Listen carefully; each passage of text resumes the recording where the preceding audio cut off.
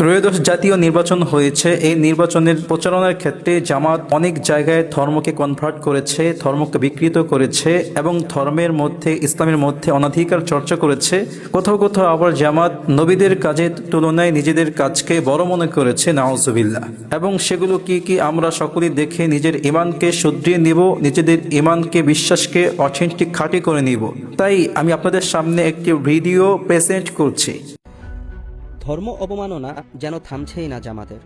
কর্মী, সমর্থক থেকে শুরু করে দলটির মনোনীত এমপি পদপ্রার্থী, এমনকি দলটির সর্বোচ্চ কেন্দ্রীয় নেতা থেকেও শোনা যাচ্ছে বেফাঁস কথাবার্তা। তাদের কর্মীরা জান্নাতের লোভ দেখিয়ে ভোট চাইছে।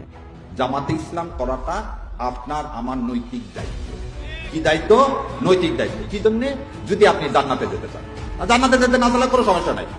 ইসলামের মহান কালেমার সাথেও তারা দাড়িপাল্লা শব্দটা জুড়ে দিয়েছে। বলছে দাড়িপাল্লায় ভোট না দিলে নাকি কাফের হয়ে যাবে। কেউ যদি চোরমুনায় আর জামাতকে ছাড়া ভোট দেয় তাহলে সে কাফের হয়ে যাবে।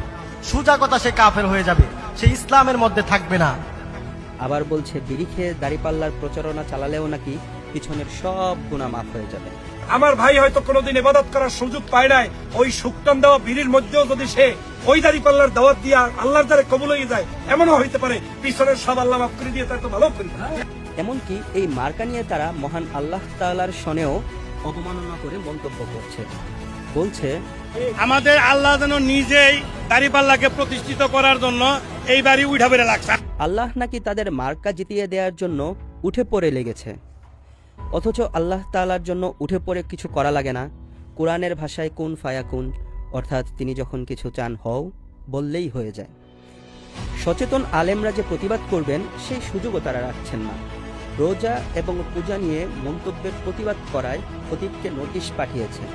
ইমাম খতিবের পক্ষ থেকে, সমস্ত মুসলিমদের পক্ষ থেকে এটাকে অবাঞ্ছিত ঘোষণা করা হলো।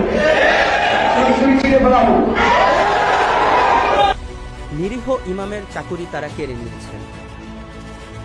তাদের ভুল নিয়ে যেন আলোচনা না হয় সেজন্য কওমি ধারার আলেমদেরকে মসজিদ থেকে সরিয়ে দিতে বলেছে। মসজিদের সাথে ৪-৫ জন দরসে নিজামের আলেম থাকেন, এই জন্য প্রত্যেকটা মসজিদে আমাদের নক করা উচিত এবং মসজিদ কমিটিতে আমাদের ঢোকা উচিত। তাদেরকে নিয়ে ওয়াজের ময়দানে কটূক্তি করেছে। এই দেশে যারা এই চার দেওয়ালের মাঝখানে লেখাপড়া করা মানুষ, এদের সর্বোচ্চ চাহিদা যে একটা মসজিদ আর একটা মাদ্রাসা পেলেই হবে। এমনকি ওয়াজের ময়দান থেকে সাইজ করার হুমকিও দিয়েছে তারা। কওমির আলেমদের বলছি, জামাত ইসলাম নিয়ে, শিবির নিয়ে, মওদুদি নিয়ে অপপ্রচার চালা বন্ধ করুন।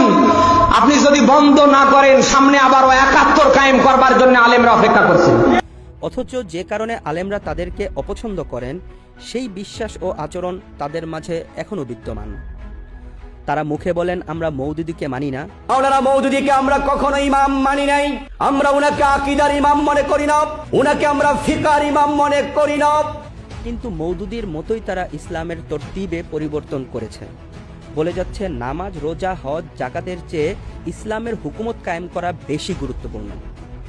নির্বাচন করা, এই জন্য নামাজ, রোজা, হজ, যাকাত, কালেমা চাইতে আপনি মুসলিম রাষ্ট্রের নেতা নির্বাচন করা সব খরচের বড় খরচ। নবীগণ ও সাহাবাদেরকে যেখানে মুসলমানরা সর্বোচ্চ মর্যাদার চোখে দেখেন, সেখানে মওদুদির মতোই তার এই অনুসারীরা তাদের সম্মান নিয়ে খেলছে প্রতিনিয়ত। বলছে হযরত ওমর রাদিয়াল্লাহু তাআলা আনহু নাকি ইসলাম গ্রহণের আগে ডাকাত ছিলেন। ওমর রাদিয়াল্লাহু তাআলা ইসলাম গ্রহণ করার আগে কি ছিল? সবচেয়ে জঘন্য মানুষ ছিল, পরশু ছিল। বলছে ইব্রাহিম আলাইহিস সালাম এর কোরবানির চেয়েও জামাতের নেতার কোরবানি নাকি বড়। কেন্দ্র থেকে মোবাইল করলো আমাকে,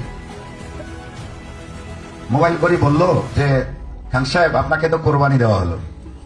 তা আমি বললাম এই কোরবানি কি ইব্রাহিম আলাইহিস সালামের বেটা ইসমাইল আলাইহিস সালামের? তখন বললেন যে হ্যাঁ, এর চেয়েও বড়। বলেছেন নবী সাল্লাল্লাহু আলাইহি ওয়াসাল্লাম মক্কা থেকে পালিয়ে গিয়েছিলেন, নাউজুবিল্লাহ।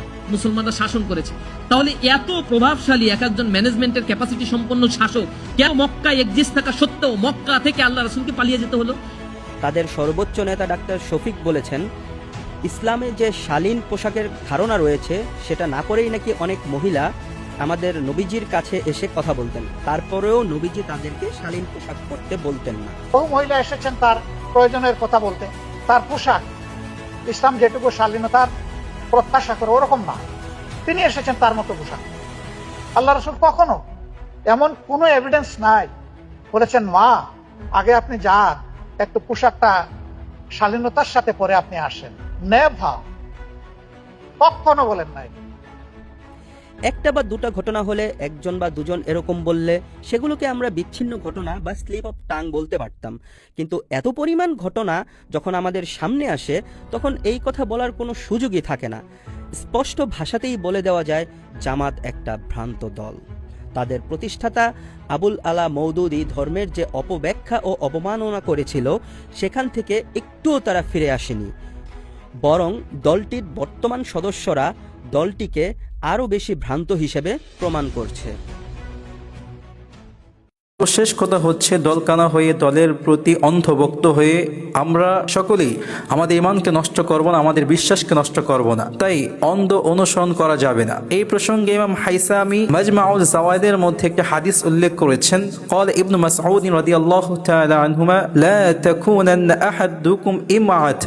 আব্দুল্লাহ ইবনে মাসউদ রাদিয়াল্লাহু তাআলা আনহু বলেছেন যে তোমাদের কেউ যেন অন্ধ অনুসরণ না করে, অন্ধ অনুসরণ ব্যক্তি না হয়। সবাই খারাপ কাজ করছে, মানুষ সকল পথভ্রষ্ট হয়ে যাচ্ছে, আমিও যাব, এমনটা যেন কেউ না করে। তাই নেতা কি বলছে, দল কি বলছে, ইসলামিক কোথায় বিকৃত করা হয়েছে, এইগুলোকে ভুলকে ভুল স্বীকার করে খাঁটি বিশ্বাস আমাদের অর্জন করতে হবে এবং সঠিক ইমানের পথে আমাদেরকে চলতে হবে ইনশাআল্লাহ।